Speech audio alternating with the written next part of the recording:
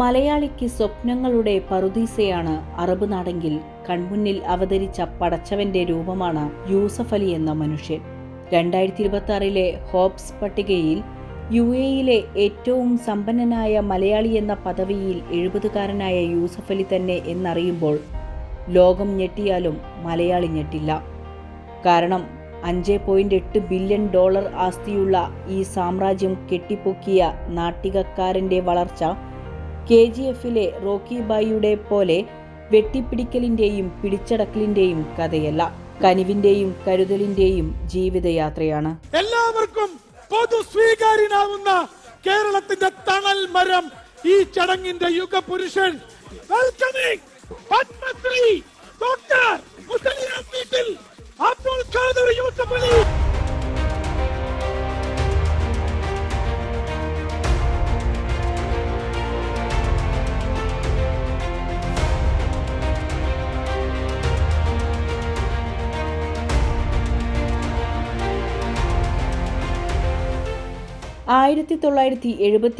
December 31 ദുംറ കപ്പലിൽ ദുബൈയിൽ വന്നിറങ്ങിയ 18 വയസ്സുകാരൻ യൂസഫ് അലി ഇന്ന് ഗൾഫിലും കേരളത്തിലുമുള്ള ലക്ഷക്കണക്കിന് മലയാളികളുടെ കുടുംബനാഥനാണ്.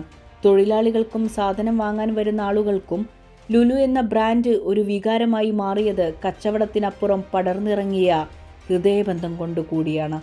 ഒരൊറ്റ ഫോൺ കോൾ, ലിഫ്റ്റിൽ വെച്ചൊരു കൂടിക്കാഴ്ച, സലാം പറച്ചിലിനിടയിലെ ഒരു കുശലം ചോദിക്കൽ, ഇങ്ങനെ അപ്രതീക്ഷിത നിമിഷങ്ങൾക്കിടയിലെ ഒരു വാക്കുകൊണ്ട് ജീവിതം മാറിമറഞ്ഞ, പ്രാരാബ്ദങ്ങൾ അവസാനിച്ച പുതുജീവിതം തന്നെ കിട്ടിയ 1000 മനുഷ്യരുണ്ട്.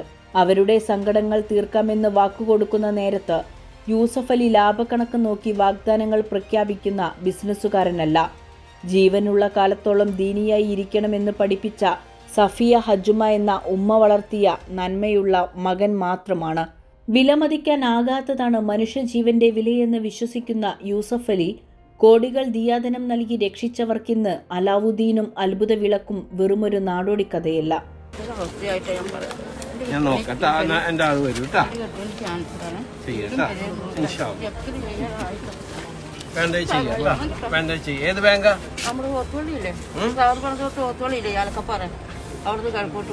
ഏത് ബാങ്കാ ജപ്തി ചെയ്യാൻ പോകുന്നു? തൊണ്ടിലങ്ങാടി. എത്ര രൂപ ജപ്തി ചെയ്യൂല കേട്ടാ, ഞാൻ വേണ്ട ചെയ്യാം. പോരെ, ഈ ബാങ്ക് ഏത് ബാങ്കാണ്? ഈ ബാങ്കിൽ പോവാ, അന്വേഷിക്കുക. ഇവര് ജപ്തി പാടില്ല. കാശ് കൊടുക്കുക, ഡോക്യുമെന്റ് എടുത്ത് ഇവരുടെ കയ്യിൽ കൊണ്ടുകൊടുത്തിട്ട് എന്നെ അറിയിക്കാം. ഞാൻ പറഞ്ഞിട്ടുണ്ട് കേട്ടാ. കുറ്റകൃത്യങ്ങൾക്കെതിരായ കടുത്ത ശിക്ഷ കൊണ്ട് അന്തർദേശീയ രാജ്യങ്ങളെ വരെ ഭയപ്പെടുത്തുന്ന അറബ് നാട്ടിൽ ജയിലിൽ കഴിയുന്നവരെ രക്ഷിച്ചെടുക്കാൻ യൂസഫ് അലിയുടെ ഇടപെടലുകൾക്ക് കഴിയുന്നത് ഗൾഫ് നാടുകളിലെ ഭരണാധികാരികളുമായുള്ള അദ്ദേഹത്തിന്റെ ഊഷ്മള ബന്ധം കൊണ്ടാണ്. ആ സൗഹൃദത്തിൽ ലുലുവിന്റെ വളർച്ചയുടെ ചരിത്രം കൂടിയുണ്ട്. 90കളിൽ ലോകം കൊടുമ്പിരി കൊണ്ട യുദ്ധകാലത്ത് നൂറുകണക്കിന് വ്യവസായികൾ സ്ഥാപനങ്ങൾ പൂട്ടി ഗൾഫിൽ നിന്ന് നാട്ടിലേക്ക് മടങ്ങി. സമ്പൂർണ്ണ തകർച്ച എന്നല്ലാതെ ഇനി ഈ നാടിനൊരു തിരിച്ചുവരവില്ലെന്നും അവർ വിധിയെഴുതി. പക്ഷേ പലരും ഉപദേശിച്ചെങ്കിലും യൂസഫ് അലി നാട്ടിലേക്കുള്ള വിമാനം പിടിച്ചില്ല. ആ പ്രതിസന്ധി കാലത്തും അബുദാബിയിൽ തന്റെ പുതിയ സൂപ്പർ മാർക്കറ്റ് പണി കഴിപ്പിച്ചു. ജനങ്ങൾക്ക് ആവശ്യമായ ഭക്ഷണ സാധനങ്ങളും അവശ്യ വസ്തുക്കളും എത്തിക്കാൻ മറ്റു കടകളും തുറന്നു പ്രവർത്തിപ്പിച്ചു. ഇതറിഞ്ഞ UAEയുടെ സ്ഥാപകനും അബുദാബി ഭരണാധികാരിയുമായിരുന്ന Sheikh Zayed bin Sultan Al Nahyan Yusuff അലിയെ വിളിപ്പിച്ചു. എല്ലാവരും രാജ്യം വിട്ടുപോകുമ്പോൾ എന്തുകൊണ്ടാണ് ബിസിനസ് നിർത്താതെ ഇവിടെ തന്നെ തുടരുന്നത് എന്ന് ചോദിച്ചു. നല്ല കാലത്ത് ഈ രാജ്യം എനിക്ക് ഒരുപാട് തന്നു, അതുകൊണ്ട് പ്രതിസന്ധി ഘട്ടത്തിൽ ഈ നാടിനെ ഉപേക്ഷിച്ച് ഞാൻ പോകില്ല. എനിക്ക് UAEയിലും അങ്ങയുടെ നേതൃത്വത്തിലും പൂർണ്ണ വിശ്വാസമുണ്ട്. ഇവിടുത്തെ ജനങ്ങൾക്ക് ഭക്ഷണം എത്തിക്കേണ്ടത് എന്റെ കടമയാണ്. ജന്മനാടിനെന്ന പോലെ കൂറ് ഗൾഫിനോട് കാട്ടിയ ചെറുപ്പക്കാരനെ നാടിന്റെ ഉറ്റ ചങ്ങാതിയായി തന്നെ ഷെയ്ഖ് പ്രഖ്യാപിച്ചു. യുദ്ധത്തിന് ശേഷം ബിസിനസ് വിപുലീകരിക്കാൻ ഷെയ്ഖ് സായിദും UAE രാജകുടുംബവും യൂസഫ് അലിക്ക് എല്ലാവിധ വലിയ സഹായങ്ങളും ആനുകൂല്യങ്ങളും ഭൂമിയും നൽകി ആദരിച്ചു. ലുലു എന്ന ലോക ബ്രാൻഡിന്റെ തുടക്കം അവിടെയായിരുന്നു.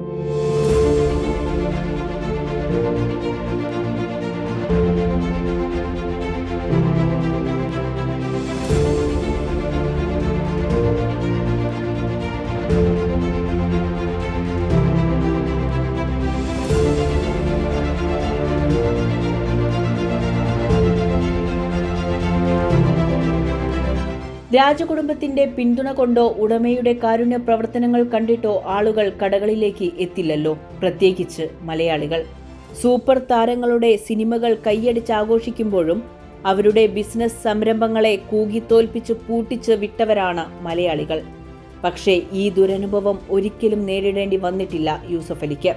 ലുലു എന്ന പേര് കണ്ട കടകളിലെല്ലാം ആളുകൾ തിങ്ങി നിറഞ്ഞു. സൂപ്പർ മാർക്കറ്റുകളിൽ തുടങ്ങി ഹൈപ്പർ മാർട്ടുകളും മാളുകളും ഒക്കെയായി കച്ചവട കേന്ദ്രങ്ങളുടെ എണ്ണം ഓരോ വർഷവും കൂടിക്കൂടി വന്നു. ഈ അസാമാന്യ വളർച്ചയ്ക്ക് പിന്നിൽ ക്യാൻവാസിങ്ങോ ഇന്നത്തെ പോലെയുള്ള സോഷ്യൽ മീഡിയ മാർക്കറ്റിംഗ് തന്ത്രങ്ങളോ അല്ല. കച്ചവടം വെറും പണം കൊയ്യലല്ല എന്ന ഉറച്ച ബോധ്യവും ഒപ്പം പുത്തൻ പരീക്ഷണങ്ങൾ നടത്താനും തിരിച്ചടികളിൽ പതറാതെ പരിശ്രമങ്ങൾ തുടരാനും കാണിച്ച മനോധൈര്യവുമാണ്. കടകൾക്ക് പുറത്ത് ക്യൂ നിന്ന് സാധനം വാങ്ങിയിരുന്ന മലയാളികൾ ആദ്യമായി കടയിൽ കയറി ഇഷ്ടമുള്ള സാധനങ്ങൾ തിരഞ്ഞെടുത്ത് വാങ്ങാൻ തുടങ്ങിയത് ലുലു വന്നതോടെയാണ്. ഒരേ ബിസ്ക്കറ്റ്, ഒരേ സോപ്പ്, ഒരേ പേസ്റ്റ് തുടങ്ങി ഒരേ അരിയും പച്ചക്കറിയും കണ്ടുമടുത്ത മലയാളികൾക്ക് മുന്നിൽ ഒരേ ഉൽപ്പന്നത്തിന്റെ പല വൈവിധ്യങ്ങളെത്തി. മിഠായിയിൽ തുടങ്ങി അത്രയിൽ വരെ ലോകോത്തര ബ്രാൻഡുകൾ റാക്കുകളിൽ ഇടം പിടിച്ചു. അങ്ങനെ ഷോപ്പിംഗ് എന്നാൽ ഒരു പുത്തൻ അനുഭവമായി മാറി. ഇവിടെ ഇത്രയും പ്രശ്നങ്ങളുണ്ടായ സമയത്തും യുദ്ധങ്ങളുണ്ടായ സമയത്തും ലുലുവിൽ എല്ലാ സാധനങ്ങളും കിട്ടുമായിരുന്നു. പ്രത്യേകിച്ച് ലുലുവിൻ്റെ പ്രൊഡക്റ്റൊക്കെ എപ്പോഴും അവൈലബിൾ ആയിരുന്നു. വിലയും റീസണബിൾ തന്നെ ആയിരുന്നു. ഓക്കെ, അതുകൊണ്ട് ഞാനെപ്പോഴും പ്രിഫർ ചെയ്യും ലുലുവിനെയാണ് പ്രിഫർ ചെയ്തത്. ആ സമയത്ത് നമുക്കൊരു ടെൻഷൻ ഉണ്ടായിരുന്നു. ടെൻഷൻ ഈ സാധനങ്ങളൊക്കെ കിട്ടുമോ ഇല്ലയോ എന്നുള്ളതിനെ പറ്റി നമുക്കൊരു പുറത്തൊരു കൺഫ്യൂഷൻ ഉണ്ടായിരുന്നു മാർക്കറ്റിനെ കുറിച്ച്. പക്ഷേ ഇവിടെ വന്നപ്പോൾ നമുക്കങ്ങനെ തോന്നിയില്ല. ലുലു വന്നപ്പോഴത്തേക്ക് അത് തോന്നിയില്ല. അതൊരു സത്യം പറഞ്ഞാൽ സാറിൻ്റെ ഒരു നല്ലൊരു ഇടപെടൽ തന്നെ ആയിരുന്നു. അത് എല്ലാവർക്കും ഗുണകരമായി. ഇവിടെയുള്ള മലയാളികൾക്കൊക്കെ ഒരു നല്ലൊരു എക്സ്പീരിയൻസ് ആയിരുന്നു. അവർക്ക് നല്ലൊരു അനുഭവമായിരുന്നു. അതെ, നാട്ടിൽ കിട്ടുന്ന എല്ലാ സാധനങ്ങളും മാക്സിമം അവരെ കൊണ്ട് പറ്റുന്ന പോലെ തന്നെ ഇവിടെ അവൈലബിൾ ആക്കാൻ ലുലു ഗ്രൂപ്പ് നന്നായി ശ്രമിക്കുന്നുണ്ട്. അപ്പോൾ നമുക്ക് നാട്ടിലെ ഒരു മിസ്സിങ് അങ്ങനെ ഫീൽ ചെയ്യാറില്ല. എല്ലാ സാധനങ്ങളും നമുക്കിവിടെ അവൈലബിൾ ആണ്. നമുക്ക് നാട്ടിലൊക്കെ കിട്ടുന്ന ജാക്ക് ഫ്രൂട്ട് ഇതൊക്കെ നമുക്ക് ഭയങ്കര ഒരു നൊസ്റ്റാൾജിയ ഫീലിംഗ് വരുന്നത്. അപ്പം അതൊക്കെ ഇവിടെ മാക്സിമം ആ ഒരു സീസൺ ആകുമ്പോൾ അവർ അവൈലബിലിറ്റി ഇവിടെ ശരിയാക്കുന്നുണ്ട്. അത് നമുക്ക് വളരെ ഒരു ഉപകാരമാണ് പ്രവാസികൾക്ക്. നാട്ടിലെ പോകണമെങ്കിൽ എല്ലാ സാധനങ്ങളും ഇവിടെ കിട്ടുന്നുണ്ട്. ചക്കയാണേലും മാങ്ങയാണേലും നാട്ടിൽ കിട്ടുന്നതിനെക്കാട്ടിലും വിവിധ ഇനം മാങ്ങ ഇവിടെ മാംഗോ ഫെസ്റ്റിവൽ നടത്തുമ്പോൾ കിട്ടുന്നുണ്ട്. പിന്നെ വെജിറ്റബിൾ ആണേലും നാട്ടിലെ പോണത് തന്നെ എല്ലാം നമുക്ക് കിട്ടുന്നുണ്ട്. അതുകൊണ്ട് അതിൻ്റെ ഒരു വ്യത്യാസം നമുക്ക് മനസ്സിലാകുന്നില്ല. ഞങ്ങൾ ലുലു തുടങ്ങിയ കാലം തൊട്ട് ലുലു തന്നെയാണ്. ഞങ്ങളിവിടെ ഇപ്പം 35 കൊല്ലമായി. പക്ഷെ ലുലു എന്ന് തുടങ്ങിയ ഞങ്ങൾക്ക് ആദ്യത്തെ ഓർമ്മയുണ്ട്. ഹംദാൻ ലൈബ്രറി ആദ്യത്തെ തുടങ്ങിയ. അപ്പം അന്ന് തൊട്ട് ഞങ്ങൾ ലുലുവിൻ്റെ കസ്റ്റമേഴ്സാണ്. ഇവിടെ വന്നു കഴിഞ്ഞാൽ നമുക്ക് നാട്ടിൽ എന്തൊക്കെ കിട്ടുന്നുണ്ടോ അതൊക്കെ നമുക്ക് ഇവിടെയും കിട്ടും. പ്രത്യേകിച്ച് ഞാനിവിടെ വരുന്നത് ജാക്ക് ഫ്രൂട്ടിൻ്റെ സീസൺ ആകുമ്പോഴാണ്. എനിക്ക് ഏറ്റവും ഇഷ്ടമുള്ളൊരു സാധനം അതാണ്. അപ്പം നാട്ടിൽ ഞാൻ ഏറ്റവും മിസ് ചെയ്യുന്ന ആ ഒരു സാധനം തന്നെയാണ്. അപ്പോൾ ഇവിടെ എന്നതൊക്കെ ഉണ്ടോ അപ്പോഴെല്ലാം ഞാൻ ഇവിടെ വന്ന് എല്ലാ സാധനങ്ങളും വാങ്ങിക്കാറുണ്ട്. പിന്നെ നമുക്ക് കിട്ടാത്ത കുറേ ഐറ്റംസ് ഉണ്ടല്ലോ, കരിമ്പ്, കടച്ചക്ക, അങ്ങനത്തെ സാധനങ്ങൾ. സോ നാടിനെ ഓർപ്പിക്കുന്ന എല്ലാ കാര്യങ്ങളും ഇവിടെ തന്നെ വന്ന് വാങ്ങാറാണ് പതിവ്. ഷോപ്പിംഗിലെ പരിഷ്കാരമൊക്കെ യൂസഫ് അലി കണ്ടു മനസ്സിലാക്കിയത് യൂറോപ്പിലും മറ്റു വിദേശ നാടുകളിലും നടത്തിയ യാത്രകളിലൂടെയാണ്. കണ്ടറിഞ്ഞ പാഠങ്ങൾ പ്രാവർത്തികമാക്കാൻ നല്ലൊരു പടയാളി സംഘത്തെയും അദ്ദേഹം രൂപീകരിച്ചു. അറിവും യോഗ്യതയും തികഞ്ഞ അക്കാഡമിക് നിലവാരമുള്ള ഒരു കൂട്ടവും അനുഭവ സമ്പത്തും പ്രായോഗിക പരിചയവും കൈമുതലാക്കിയ വിശ്വസ്തരായ തൊഴിലാളികളുടെ ഒരു കൂട്ടവും. കമ്പനി വളർന്നാൽ എൻ്റെ കുടുംബവും വളരും എന്ന വിശ്വാസം അവർക്കുണ്ടായിരുന്നു. അങ്ങനെ ലുലുവിൻ്റെ വളർച്ചയ്ക്കായി അവർ എന്നെന്നും പരിശ്രമിച്ചു. പൊടിമീശയുമായി വന്ന് ജോലിക്ക് കയറി നരച്ച തലമുടിയുമായി റിട്ടയർ ചെയ്തവർ വരെയുണ്ട് ലുലുവിൻ്റെ സംഘത്തിൽ. 78 വയസ്സായാലും ജോലി ചെയ്യുന്നില്ല അല്ലേ? ബുദ്ധിമുട്ട് വല്ലതും ഉണ്ടോ അവിടെ? ഒരു പ്രയാസമില്ല. നമ്മൾ ജോലി ചെയ്യാൻ സാധിക്കുന്നിടത്തോളം കാര്യം ജോലി ചെയ്യും അല്ലേ? തീർച്ചയായും. നമ്മുടെ ബാങ്ക് ബാലൻസ് ഉണ്ടെങ്കിൽ തന്നെ അതല്ല നോക്കട്ടെ, നമ്മുടെ ശരീരത്തിനും മനസ്സിനും മുന്നോട്ട് കൊണ്ടുപോകണമെങ്കിൽ നമ്മൾ ഇത് ചെയ്യും അല്ലേ? മീഡിയക്കാർ ചോദിച്ചു നിങ്ങൾ എന്നാ റിട്ടയർ ചെയ്യണം? ഞാൻ പറഞ്ഞ റിട്ടയർമെന്റ് ടു ഖബർ. അതല്ലേ ശരി? തീർച്ചയായും. പിന്നെ അവൻ നിശ്ചയിച്ചിട്ടുണ്ട് നമ്മുടെ ആരോഗ്യം എത്രത്തോളം ഉണ്ട്, നമ്മൾക്ക് എത്രത്തോളം ജീവിക്കാൻ പറ്റും എന്ന്. ഡിപ്പെൻഡ് ചെയ്യാതെ ഖുർആൻ തന്നെ പറയുന്നു,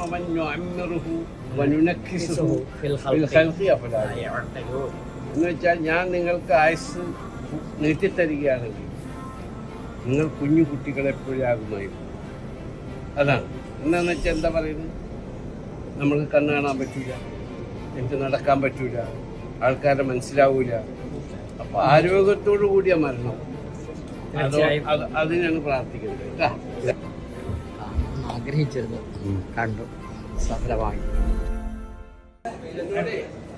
എന്നോട് മീഡിയക്കാർ ചോദിച്ചു നിങ്ങൾ എന്നാ റിട്ടയർ ചെയ്യുക.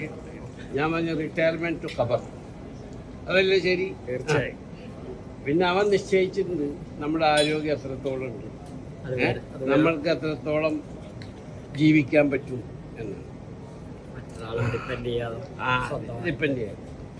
ഖുർആൻ തന്നെ പറയുന്നു അമൻ നുഅമ്മിറുഹു വനുനക്കിസുഹു ഫിൽ ഖൽഖി അഫലാ യഅഖിലൂൻ.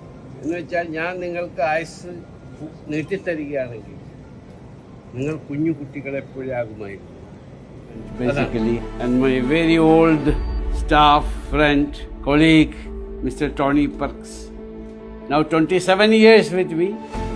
27 years. Mr. Tony Perks contributed a lot to our group.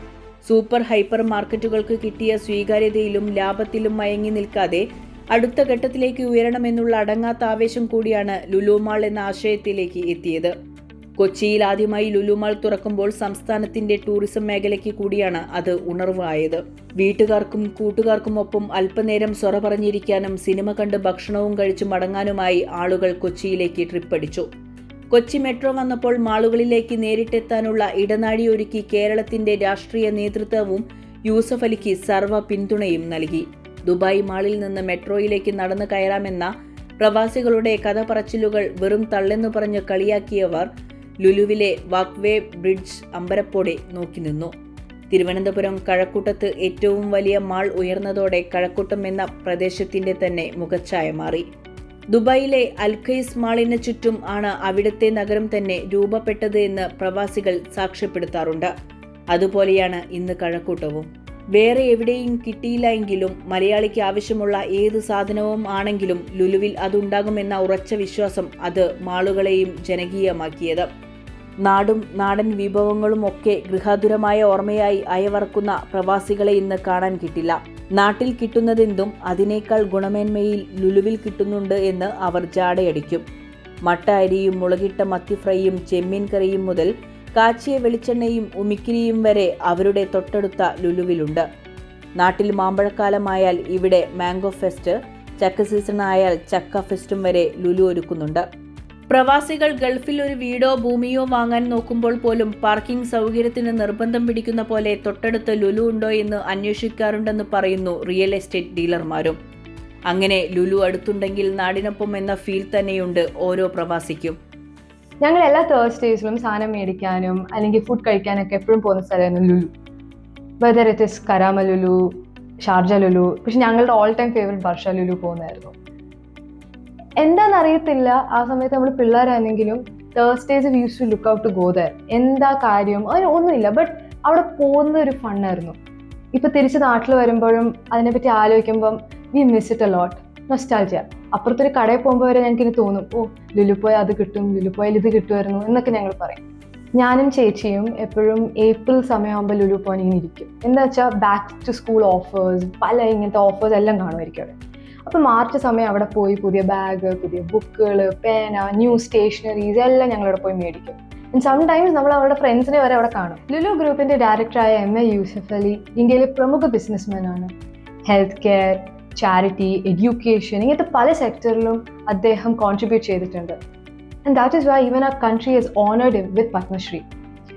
As a Malayali എനിക്ക് എപ്പോഴും പ്രൗഡാണ്. മലയാളിയല്ല, ഗൾഫ് മലയാളി. എനിക്ക് എപ്പോഴും പ്രൗഡാണ് അദ്ദേഹത്തിനെ പറ്റി സംസാരിക്കുമ്പോൾ. എന്താണെന്ന് വെച്ചാൽ he represents each and every Malayali in the Gulf and he makes all of us proud. കാശിറക്കി സാധനം എത്തിക്കുന്നവർ മുതലാളിമാരും കാശുമുടക്കി സാധനം വാങ്ങുന്നവർ കസ്റ്റമറും എന്നതല്ല ലുലുവിന്റെ പോളിസി. കസ്റ്റമേഴ്സിനെ ഒരു ലോയൽ കമ്മ്യൂണിറ്റിയായി കണ്ട് അവരുടെ ആവശ്യങ്ങൾക്കും ആഗ്രഹങ്ങൾക്കും എന്നും വില കൽപ്പിക്കുന്ന സ്ഥാപനമാണ് ലുലു. ഈ സേവന മനോഭാവം തന്നെയാണ് ഹോസ്പിറ്റാലിറ്റി മേഖലയിലേക്കും ചുവടുറപ്പിക്കാൻ യൂസഫ് അലിക്ക് കരുത്തായത്. ഇന്ത്യക്കകത്ത് കേരളത്തിലാണ് അദ്ദേഹത്തിന് ഏറ്റവും പ്രമുഖമായ 5 നക്ഷത്ര ഹോട്ടലുകൾ ഉള്ളത്. കൊച്ചിയിലെ ഗ്രാൻഡ് ഹയാത്ത് മാരിയറ്റ് ഹോട്ടലുകൾ യൂസഫ് അലിയുടെ ഉടമസ്ഥയിലുള്ളതാണ്. തിരുവനന്തപുരത്ത് ഹയാത്ത് റീജൻസിയും അദ്ദേഹത്തിന്റെ ബിസിനസ് ഗ്രൂപ്പിന് കീഴിലാണ് വരുന്നത്. ഇന്ത്യക്ക് പുറത്ത് ലണ്ടൻ, സ്കോട്ട്ലാൻഡ് തുടങ്ങിയ യൂറോപ്യൻ രാജ്യങ്ങളിലും ഗൾഫിലും അദ്ദേഹത്തിന് ആഡംബര ഹോട്ടലുകളുണ്ട്. ലണ്ടനിലെ ചരിത്രപ്രസിദ്ധമായ ഗ്രേറ്റ് സ്കോട്ട്ലാൻഡ് യാർഡ് അദ്ദേഹം വിലയ്ക്ക് വാങ്ങി അത്യാധുനിക ഹോട്ടലാക്കി മാറ്റിയത് അന്തർദേശീയ മാധ്യമങ്ങളിൽ വരെ വാർത്തകളിൽ ഇടം പിടിച്ചിരുന്നു. എഡിൻബർഗിലെ പ്രശസ്തമായ കാൾട്ടൺ ഹോട്ടലുകളും അദ്ദേഹത്തിന്റെ ഉടമസ്ഥതയിലാണ്. UAEയിലും ഒമാനിലും ഇത്തരത്തിൽ 5 നക്ഷത്ര ഹോട്ടൽ ശൃംഖലകൾ അദ്ദേഹത്തിനുണ്ട്. 2040 ഹോൾഡിംഗ്സ് എന്ന കമ്പനിയാണ് രൂപീകരിച്ച് ലോകോത്തര ബ്രാൻഡുകളായ ഷെറാട്ടൺ, റാഡിസൺ ബ്ലൂ തുടങ്ങിയവയുമായി സഹകരിച്ചാണ് ഈ ഹോട്ടലുകൾ പ്രവർത്തിക്കുന്നത്. ഏത് കാര്യം തുടങ്ങുമ്പോഴും ആദ്യം അതിൽ റിസ്ക് ഉണ്ടാകും. ആ റിസ്ക് എന്താണെന്ന് മുൻകൂട്ടി കണ്ടുകൊണ്ട് എത്രത്തോളം റിസ്ക് ഉണ്ട് എന്ന് മനസ്സിലാക്കിക്കൊണ്ട് മുന്നോട്ട് കൊണ്ടുപോയാൽ അത് വീണ്ടും ഇങ്ങനെ ഉയർന്നുകൊണ്ടിരിക്കും. അത് റെവല്യൂഷണറി സ്റ്റെപ്പാണ്. ആ റെവല്യൂഷണറി സ്റ്റെപ്പ് ഒരുപക്ഷെ ആദ്യം നമുക്ക് ബാക്ക് അടിക്കാം, പക്ഷെ എന്നാലും അത് ഫ്രണ്ടിലേക്ക് തന്നെ പോയിക്കൊണ്ടിരിക്കും. ചിന്തിച്ചിട്ട് ലോകത്തെവിടെയുമുള്ള മലയാളികൾക്ക് അഭിമാനത്തോടെ പറയാൻ കഴിയുന്ന മേൽവിലാസമാണ് ലുലു. 31 വർഷമായി തുടരുന്ന കഠിനാധ്വാനത്തിലൂടെ ഈ നേട്ടം കൈവരിച്ച വ്യവസായ പ്രമുഖൻ എന്ന നിലയ്ക്ക് മാത്രമല്ല, ആഗോള സാമ്പത്തിക ഭൂപടത്തിൽ ഇന്ത്യയുടെ തലയെടുപ്പിന്റെ മറുപേരു കൂടിയാണ് MA യൂസഫ് അലി. പണം സമ്പാദിക്കുന്നവർ ഒരുപാടുണ്ടാകും ഈ ലോകത്ത്. എന്നാൽ മനുഷ്യരെ സമ്പാദിച്ച യൂസഫ് അലിയെ പോലെയുള്ളവർ ചരിത്രത്തിൽ അപൂർവമാണ്. Subscribe to One India and never miss an update.